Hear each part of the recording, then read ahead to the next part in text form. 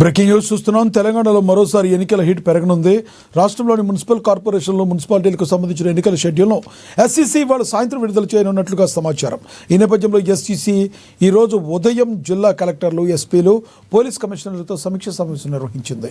ఎన్నికల నిర్వహణకు సంబంధించిన భద్రతా చర్యలు, పోలింగ్ ఏర్పాట్లు, సిబ్బంది వినియోగం తదితర అంశాలపై విస్తృతంగా చర్చించారు. అనంతరం మధ్యాహ్నం ప్రభుత్వ ప్రధాన కార్యదర్శి రామకృష్ణారావుతో సమావేశమై ఎన్నికల ప్రక్రియపై తుది చర్చ జరపనున్నారు.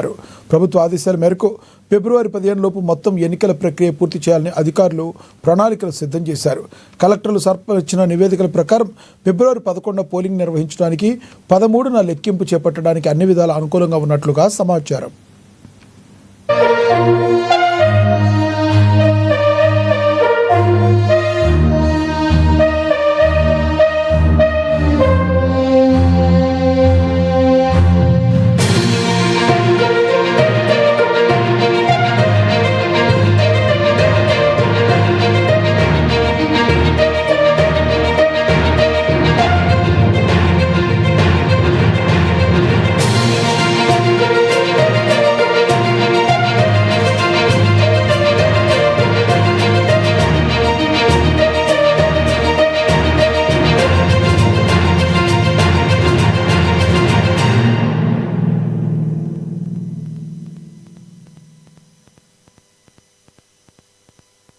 బ్రేకింగ్ న్యూస్ చూస్తున్నాం. తెలంగాణలో మరోసారి ఎన్నికల హీట్ పెరగనుంది.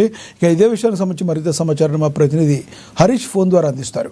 హరీష్, చెప్పండి, నోటిఫికేషన్ ఈరోజు సాయంత్రానికి వచ్చే అవకాశం ఉందా? ఫిబ్రవరి 2వ వారంలో జరిగే అవకాశాలు ఉన్నాయా ఎన్నికలు?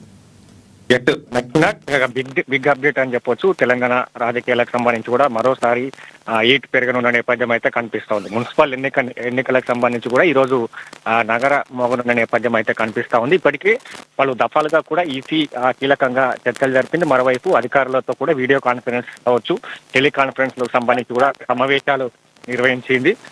మొత్తంగా ఈ రోజు సాయంత్రానికి సంబంధించి కూడా మున్సిపల్ ఎన్నికలకు సంబంధించి కూడా నోటిఫికేషన్ విడుదల.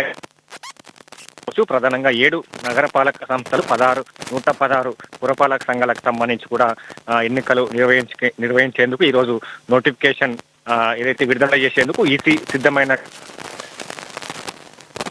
ఫిబ్రవరి 15 లోపుగా ఎన్నికలు పూర్తి చేయాలని భావిస్తున్న నేపథ్యం అయితే కనిపిస్తుంది. కీలకమైన ఆ సమావేశాన్ని ఈసీ నిర్వహిస్తా ఉంది. ఇక జిల్లా కలెక్టర్లు కావచ్చు, ఎస్పీలతో కీలక సమావేశం నిర్వహిస్తుంది. ఇక ఎన్నికలకు సంబంధించి కూడా భద్రతాపరమైన ఏర్పాట్లతో పాటుగా పోలింగ్ కి సంబంధించిన పోలింగ్ బూతులు కావచ్చు, దానికి బ్యాలెట్ బాక్సులకు సంబంధించి కావచ్చు, అన్ని ఏర్పాట్లకు సంబంధించి కూడా ఈరోజు అన్ని శాఖ అధికారులతో కూడా ఎన్నికల సంఘం సమావేశం.